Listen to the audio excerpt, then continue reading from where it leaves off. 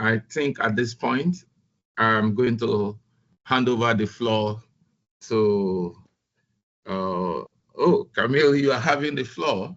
And I think you are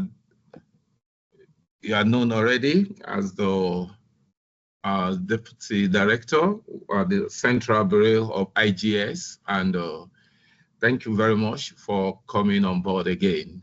So the floor is yours. Thank you very much.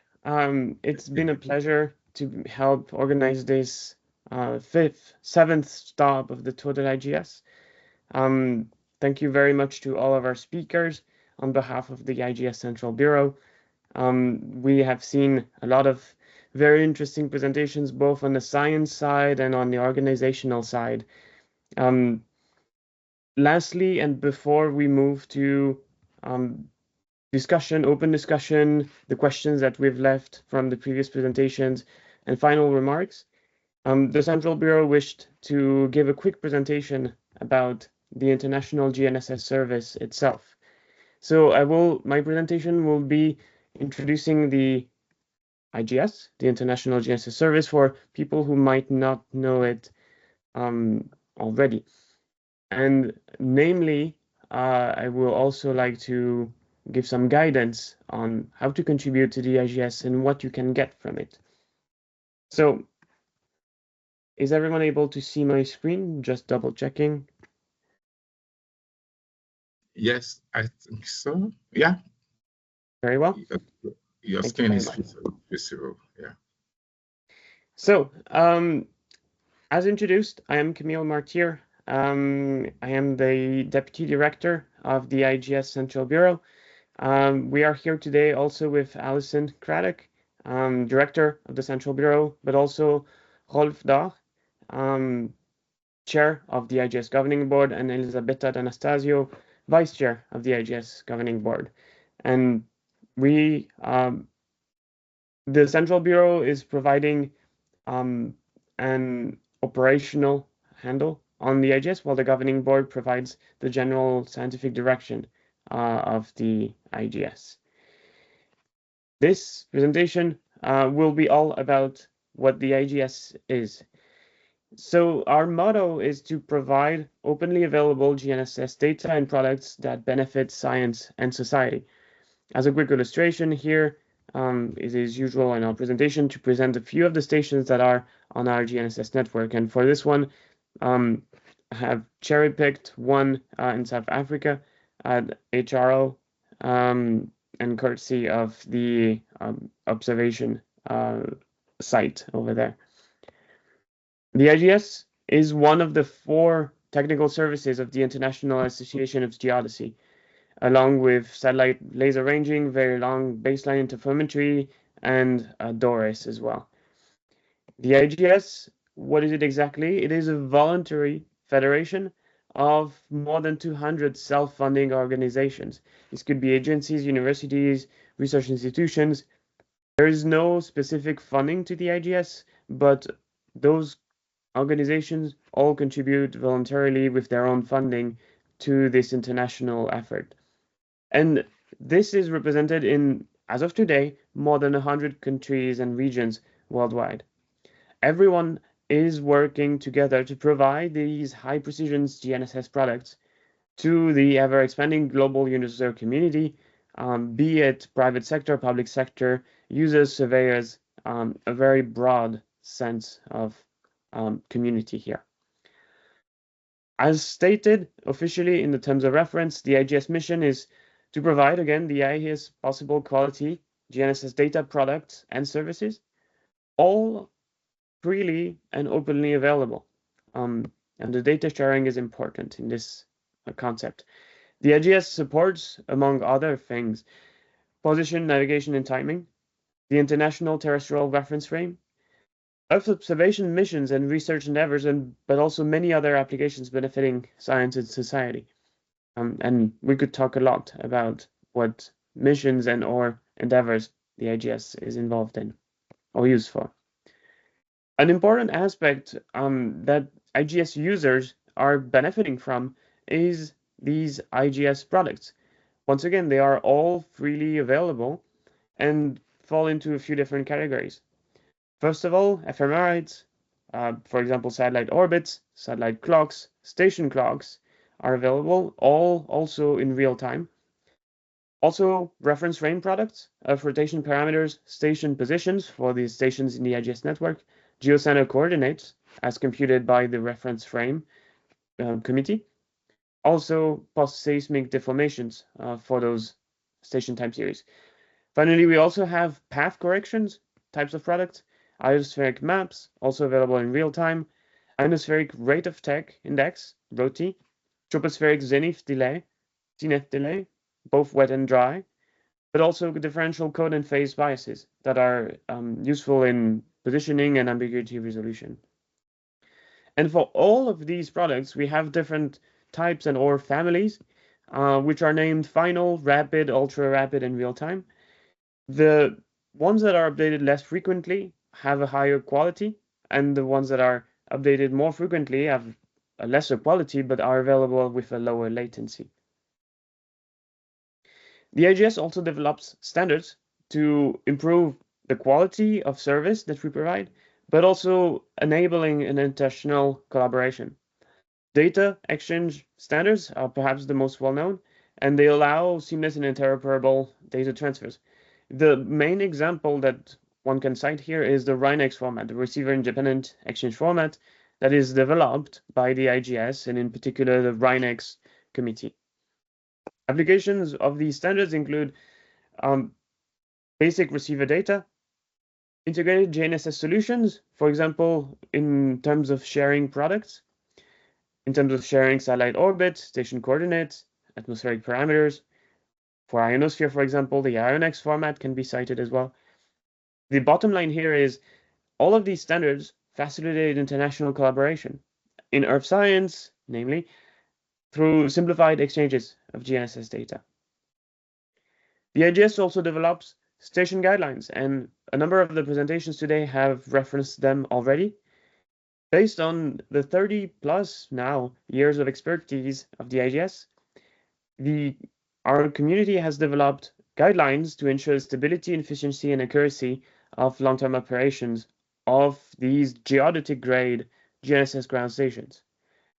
All of these specification standards ensure that the station provides the best quality possible data, which then will trickle down to product computation, therefore meaning more trustworthy products. And as a position, the IGS strongly recommends that new GNSS stations and upgrade of old stations all follow the IGS guidelines to fulfill the highest possible quality level for those stations. Recently, we have made a big effort, thanks to our community, to translate the course guidelines in a number of languages. To cite here, we have, of course, the base origin of it, the English version, has been translated into French and Arabic very recently. They are also available in German, Spanish, Chinese, and soon will be available in Hindi, Portuguese, and Russian. The links are here if you want to screenshot them, and the QR code will also take you to the web page where these can be found. And this was for the purpose of popularizing those guidelines and making sure that all station operators and people on the field are able to perform these installations following those guidelines as closely as possible to the recommendations of the IGS.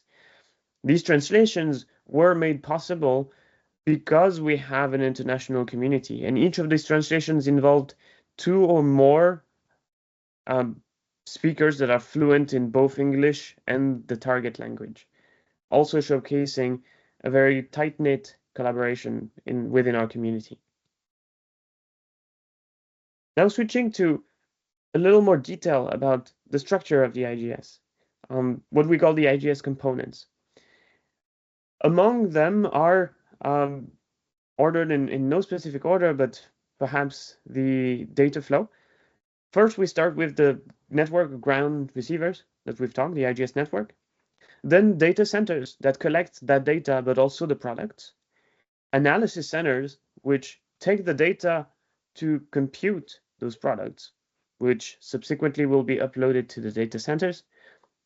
Then we have another category, which is committees, pilot projects, and working groups. I will detail a bit more on these, and they are the scientific organs of the IGS, ensuring we have the most recent scientific approach to computing those products.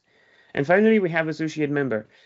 Associate members represent the broadest set of involved individuals in the IGS.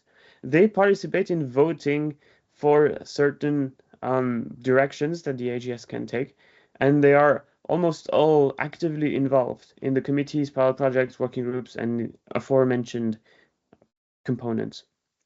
So for this presentation, I will focus mostly on the network and the committees, pilot projects, and working groups.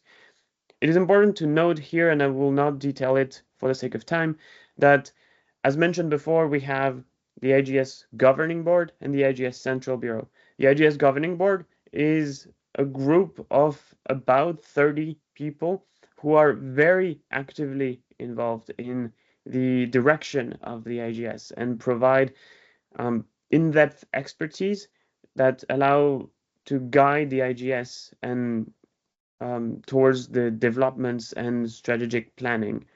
The Central Bureau is the executive branch or the executive arm of the IGS, allowing the implementation and administrative oversight and coordination of all these components. The IGS network, to start, is, as of today, comprised of more than 520, maybe even 540, if I didn't check recently, stations in more than, again, 100 more stations around countries and regions around the world. More than 340 of them are multi-GNSS and do track more than one constellation. Of course, most of them started off as a GPS only. To explore our stations, we have a network map that is available online at network.igs.org, and that will also point you to the station logs that keep track of the amount of data and where it can be found, the specifications of the site, antenna and receiver types, stations tracked, what station is used in what product, etc. I advise you to explore this website on your own. At the very end of this animation, I wanted to highlight also the fact that,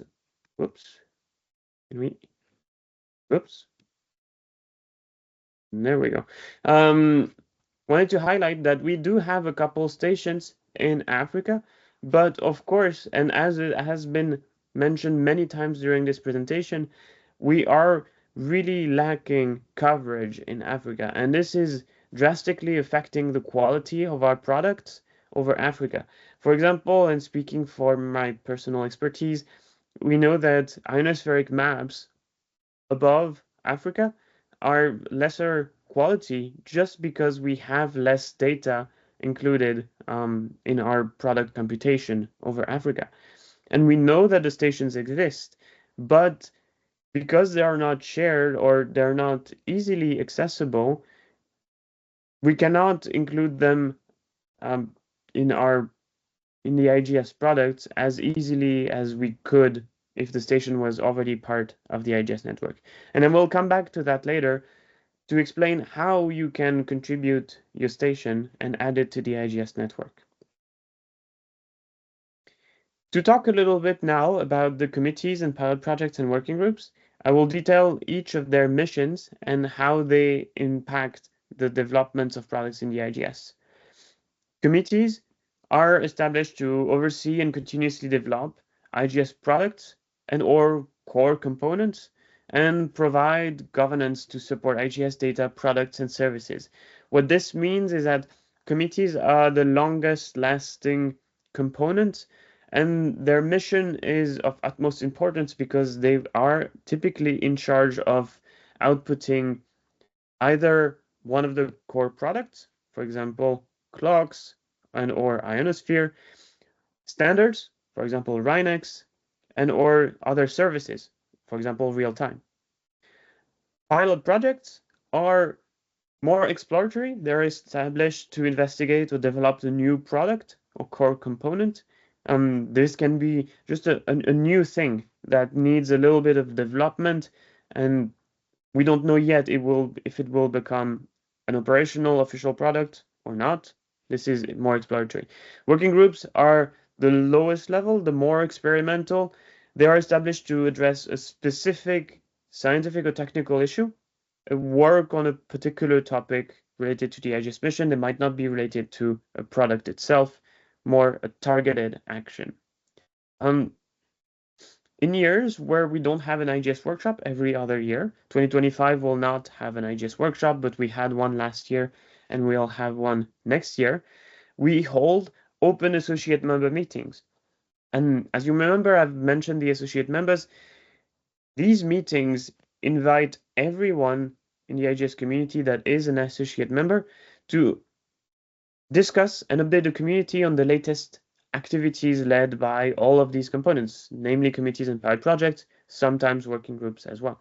This is an occasion not only for the committees and pilot project to report to our community, but also for the community to provide feedback and input to these committees and pilot projects so that we can have a constant exchange within the IGS. Examples of IGS committees are listed here. There can also be found on the IGS.org website. Antenna, bias and calibration, clock products, infrastructure, ionosphere, real-time, reference frame, RANX, and troposphere are all pretty self-explanatory. Infrastructure is a bit broader. The goal of the infrastructure committee would be capacity development and or maintaining the IGS network. Namely, the infrastructure committee is the editor of the IGS course guidelines. Pilot projects include GNSS monitoring. This is integrity monitoring and other types of monitoring. Multi-GNSS is a typical example of something that started off as a pilot project, but is right now in becoming a core component. Because we started with an IGS that was mostly GNSS only, GPS only, we had to have a pilot project moving to a fully multi-GNSS integration.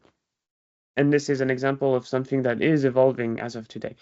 Precise point positioning is namely also exploratory, but because we are moving towards providing code and phase biases more operationally, this is becoming also a core component.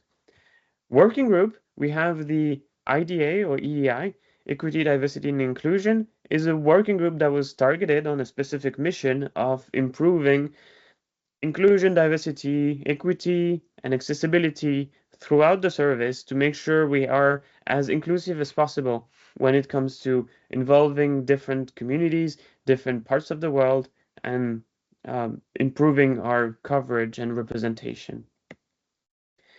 Now we get to the important part of this presentation. How do you participate in the IGS? First of all, coming back to the IGS network, there is a very simple way to add your stations to the IGS network. We have a website, we have a checklist, and once your site has been reviewed by yourself and you fulfill the checklist, you can submit a station proposal that will then be evaluated by the infrastructure committee. There will be a little bit of back and forth between us, and your station will be able to be included in the IGS network. We are very happy to help you during this process. Please feel free to reach out to the Central Bureau, cb@igs.org. This email address only goes to 5 people, us at the Central Bureau, and we can help you navigate the checklist, the guidelines, and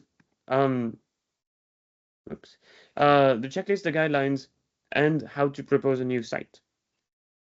And I'll come back to that a bit later. You can also become relatively easily an associate member.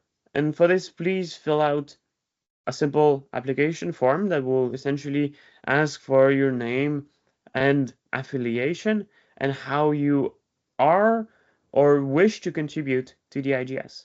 And you can also view on this page a list of the current associate members. As a reminder, associate members are actively involved in the evolution of the IGS because they are voting on some issues and are able to discuss directly with committees. And this is also the preferred way of participating to the IGS components, committees, pilot projects, and working groups. Alternatively, or in addition, you can join our mailing lists. The most popular one is IGS Mail, which distributes major announcements relevant to the entire IGS community or some other specific sub-mailing lists. And to sign up to any of those, please feel free to join at igs.org/mail.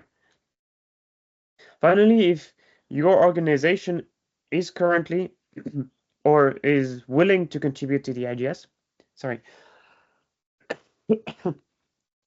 please feel free to register your organization's contributions and or add your organization contribution. Whoop, sorry.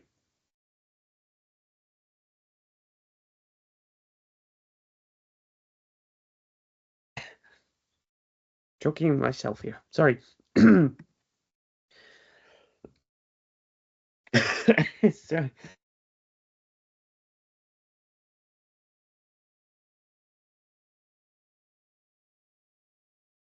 So sorry about that. We have also a couple social networks where you can follow other announcements. We are on LinkedIn and we regularly post new events and major updates to the community. QR code will take you there, but you can also search for the profile name. And finally, we are also on YouTube, where we generally post all of the recordings of events and or workshops, presentations, total IGS, iterations, and etc. This meeting is currently recorded and will be posted on YouTube for people to be able to watch afterwards. Thank you for your attention. I wanted just to leave this very last slide as a general take-home message. Please feel free to screenshot this. This is our general workflow and or how we advise people to interact with us.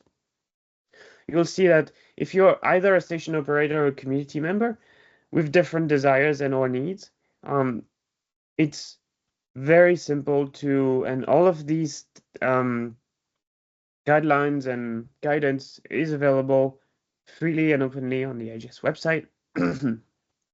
If you want to install a new station, we recommend to follow the IGS course guidelines. If you have an existing station and want to share the data, we recommend to submit the station to the IGS network. If you are a community member and simply wish to contribute to the IGS, either on the science, the organization, computing products, we recommend you become an IGS associate member and join any of the components listed before. If you just want to use the data and or follow the IGS updates, please feel free to subscribe to IGS Mail and or any of the other mailing lists. But in any of these cases, please, you are all welcome to contact the Central Bureau for any information or guidance that you might need. We would be very happy to guide you through the process, and we insist once again that we really would like to have a better representation of Africa in our IGS network. And from what we've seen during this mini workshop, there's a lot of stations that already fulfill the IGS course guidelines and that already fulfill these very high grade standards for inclusion in the IGS network. The only last step that remains is to submit it to the IGS network so that the entire community worldwide and in Africa can use it. So we strongly recommend that you reach out to us to submit your station to the IGS network, and we would be very happy to be able to host your data. That is all for now. I know it took a little longer than usual. Sorry for joking in the middle of my presentation, but I would be happy to take any questions you might have from now on.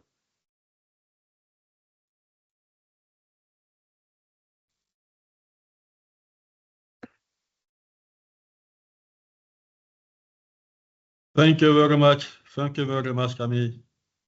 I'm seeing some hand raising. Joseph, yeah?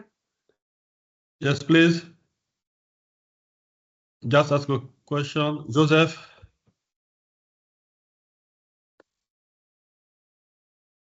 If you are talking, you are muted right now.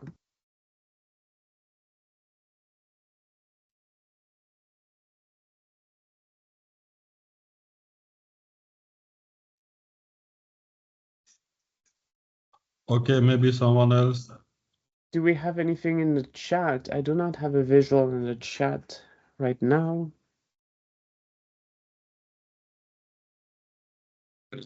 So let me quick. Okay. I guess Olu, were you the one speaking? Yes. Let me quickly thank you for the presentation, Camille. So this is really good to know, and yeah, we are working on a scintillation large amount of data, and it's over Alaska, and that is with the University of Virginia with Sebani. And we are like, they have problem with the storage, and it has been there, and things are moving around between the institutes. And I was like, okay, I don't know if IGS will accept scintillation data.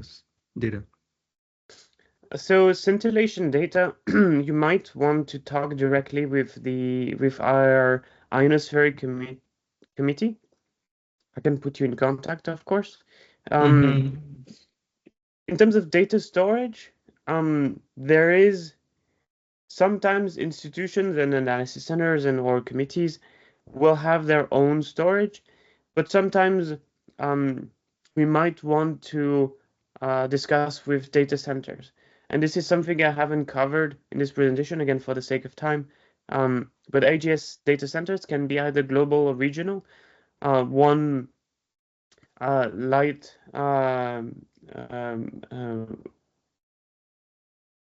one well-known one would be CDDIS, but we have a number of other regional data centers as well that can host such products if part of an official IGS product line, I suppose. So I would say be in touch with our IGS ionospheric committee. Yeah, sounds good. But how large is the data you can admit? This is very specific to each of the data centers. And there is on the IGS.org website a list of data centers. Some of them might have limits, and then it would become a question of which data center you choose to go with and what their limits are. Yeah, sounds good. There's there's no official IGS. We do not host the data. We work with data centers that host the data for us. Sounds good. Okay, thank you. Yeah. Hello, Joseph here, Camille. Hello. Fernand, is that you? I think you're a little. Joseph is here. Garbled. I could not hear you very well. Hello, can you hear me? Oh yeah. Oh, Joseph. Yes. Could you hear me? Yes. Now yes. Okay.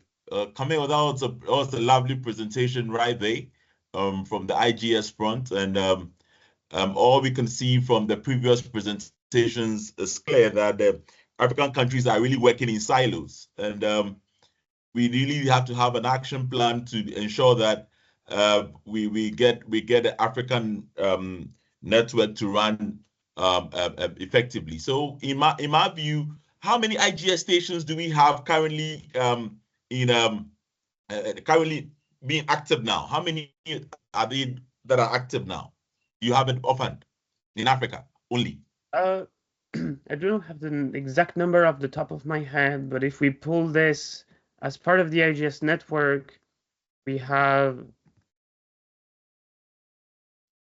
Oh, this is annoying. I would say a dozen of them, really. Maybe 20 at most over the whole continent. Okay, which is really a big problem, because out of 54 countries, I think we should get a communique out, even either through FIG as well. Then we can get at least every country giving us one IGS station.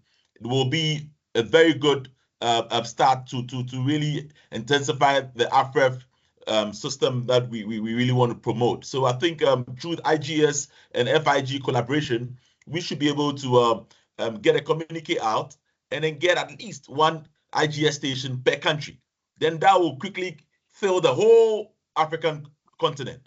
Then we can use that as a basis to build from there. So it can be a zero order, and then we can build from there.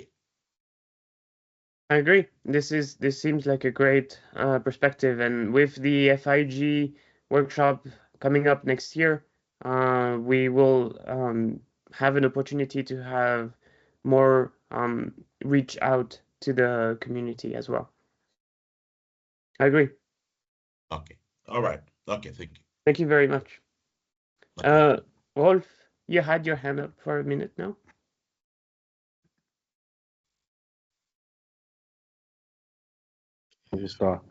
Yeah, thank you for this nice overview on the status in Africa. And I can only emphasize, as chair of the governing board and one of the representative of the analysis centers, that we are really seeking for stations in this region of Africa, and each station is welcome there. But you should also keep in mind, you don't give just some stations away, but you also get at the end a direct access to the global reference frame back in your country. So from this is for all the problems that you have mentioned here, really a big value. And from this, I can only encourage you to follow the recommendation, one station from each country, and then you have a central point where you can attach your national network to, and you are compatible to the global scale, where you get the satellite orbits from, where you can do a PPP and whatever.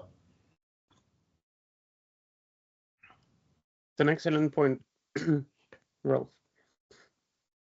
Each of the stations that are part of the IGS network will have an attached solution, reference frame solution that could allow, very well here, that would allow you to link your regional network to the ITRF. So this would be a mutually beneficial interaction. Are there any questions in the chat? I don't know, Alison, if you can take a look while I have my slides up. Yeah, we have a question here. It says, we have installed stations in our country and would like to integrate them into the IGS. Is it complicated, and how long does it take? It's a great question.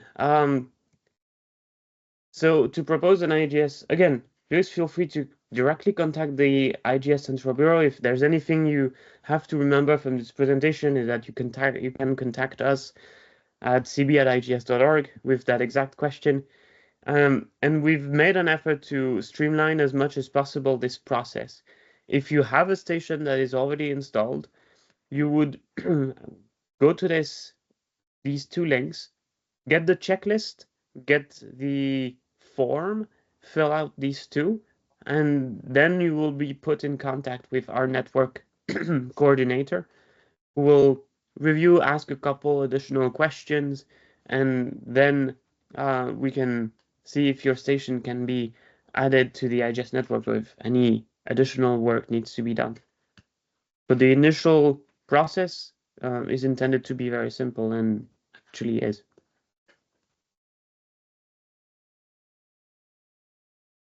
I don't know, in terms of delays, I don't exactly know how long it typically takes. If our network coordinator is still here, maybe he can jump in. But it really depends on each and every case, because each and every case is slightly different, of course. Rolf, would you like to provide a contribution? Yes, I can add here that this process with station proposals and network coordinator and so on, that may sound at the first guess a bit complicated. And if you read more in detail, you will even see that you need to convince at least 2 or 3, I'm not sure, analysis centers to process your station. So if I look at this procedure with the eyes of an analysis center, I don't want to have the 150th station just in Germany. For this, we have then a certain evaluation and so on. But if I have such a unique station at such a prominent location like in Africa, then you don't need to worry that the analysis centers jump on the station and will process them, given that you have available data flow into the IGS databases established. So from this, it may sound a bit more difficult than it is, just because we not only think with these guidelines on the big gaps like in Africa, but also to cover or establish some rules and limitations for the very dense areas like in Europe or Northern America. That's a very good point, Rolf. We keep recommending the guidelines because they are the gold standard that we have today for installing new stations. But when it comes to improving the network coverage, if there is no other station around, like it is the case in most of Africa right now, we will relax some of the requirements. It's not as some of them become much less important, because the important part is to include a station where we lack stations currently. So in essence, if you have a station in an area where there is no station, it will be much easier to get your station through the IGS network, because the analysis centers really want a station in this location. Camille, if I may add, as Really? Yeah. yeah. Hello. So now, if I may add about what you are saying and about the time, as was being sorry, I don't know if there is some. Yeah, no, Can you I hear can me? hear you. No, yeah, I can hear you. Good. Yeah. Okay, good. So I was just saying that, okay, I just endorse what you have said, endorse Rolf. But about the time that it takes, it's normally 3-4 months. I'm a member of the infrastructure committee where we discuss, any new applications, like recently for Uganda. And, as was mentioned, there is always a process, a little bit back and forward, just asking for sometimes for some more information. It's try to evaluate the quality of the data. But normally it's a process that takes like 3-4 months. So, and it's as you are saying, it's really important to have some stations here in the region.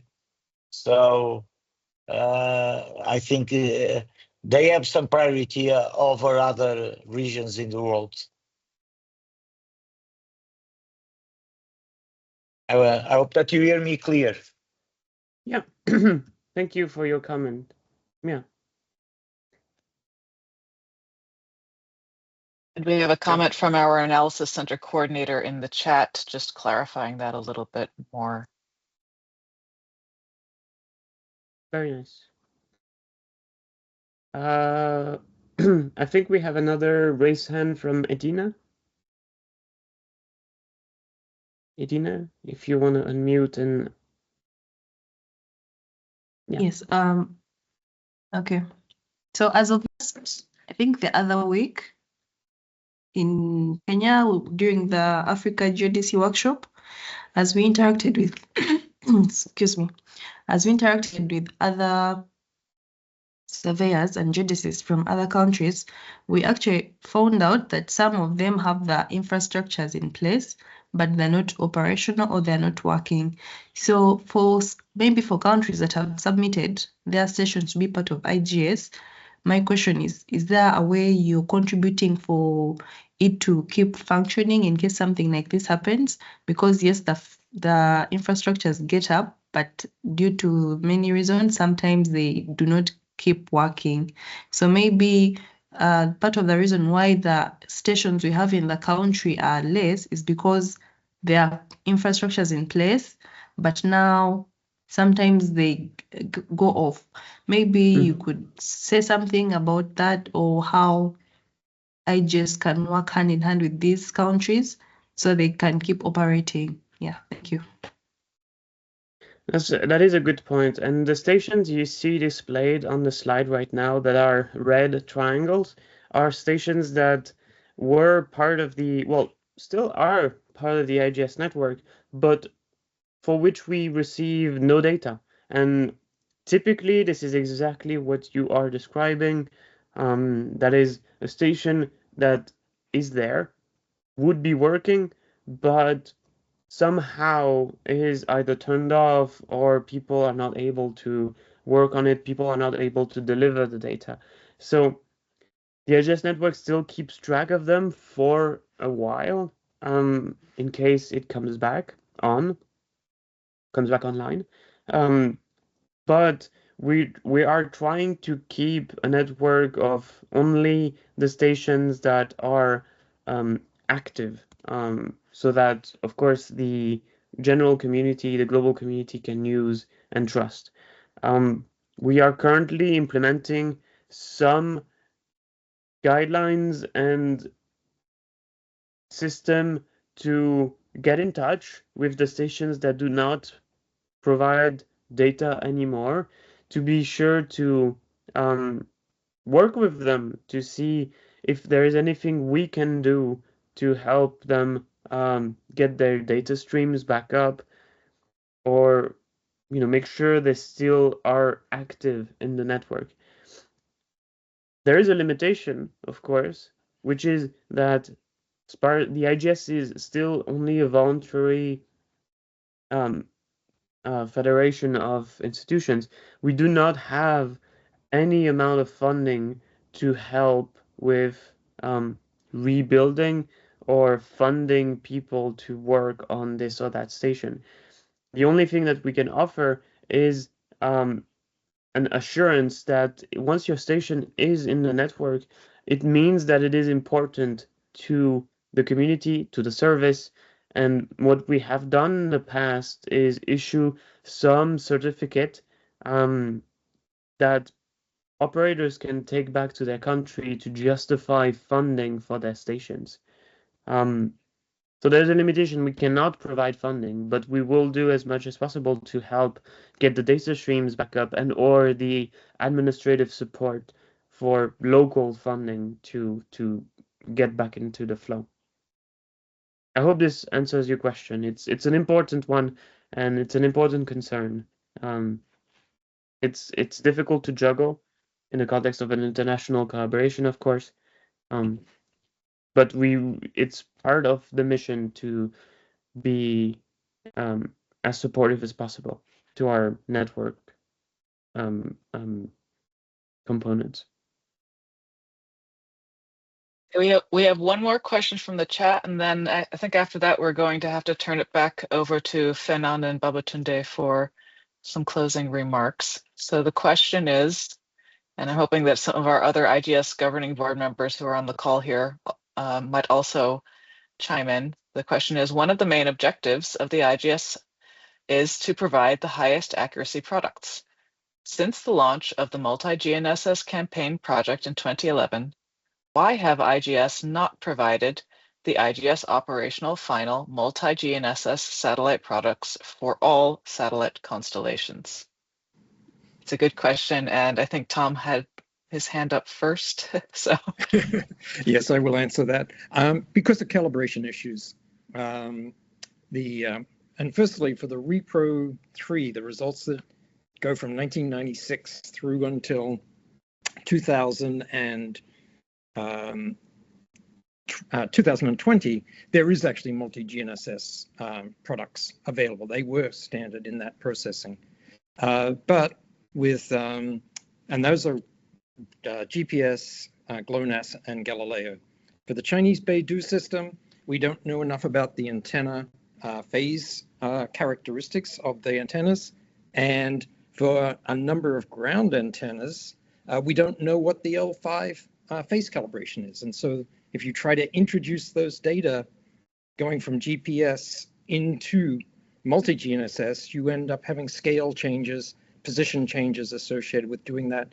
And the IGS, particularly in its final products, is just being very careful not to have artificial discontinuities across the whole of the network by doing that. As experimental products, there is multi-GNSS ultra-rapid products already available through Geosciences Australia's efforts. So if you want to work in ultra-rapid products, products already exist now. They're experimental and you can play with them.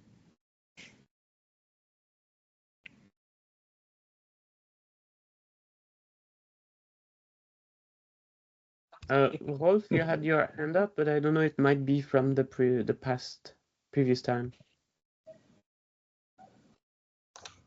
Well, then it's not right. For me, Okay. it looked like I never keep my hand up. Okay. Very well. I think I will stop sharing here because of time. But thank you very much for all of the very useful and important questions you all have asked. I'll paste the Central Bureau's email address in the chat.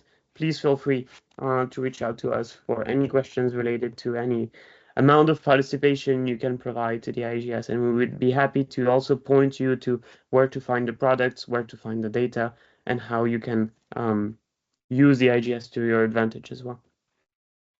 Turning it back over to Fernand and Babatunde.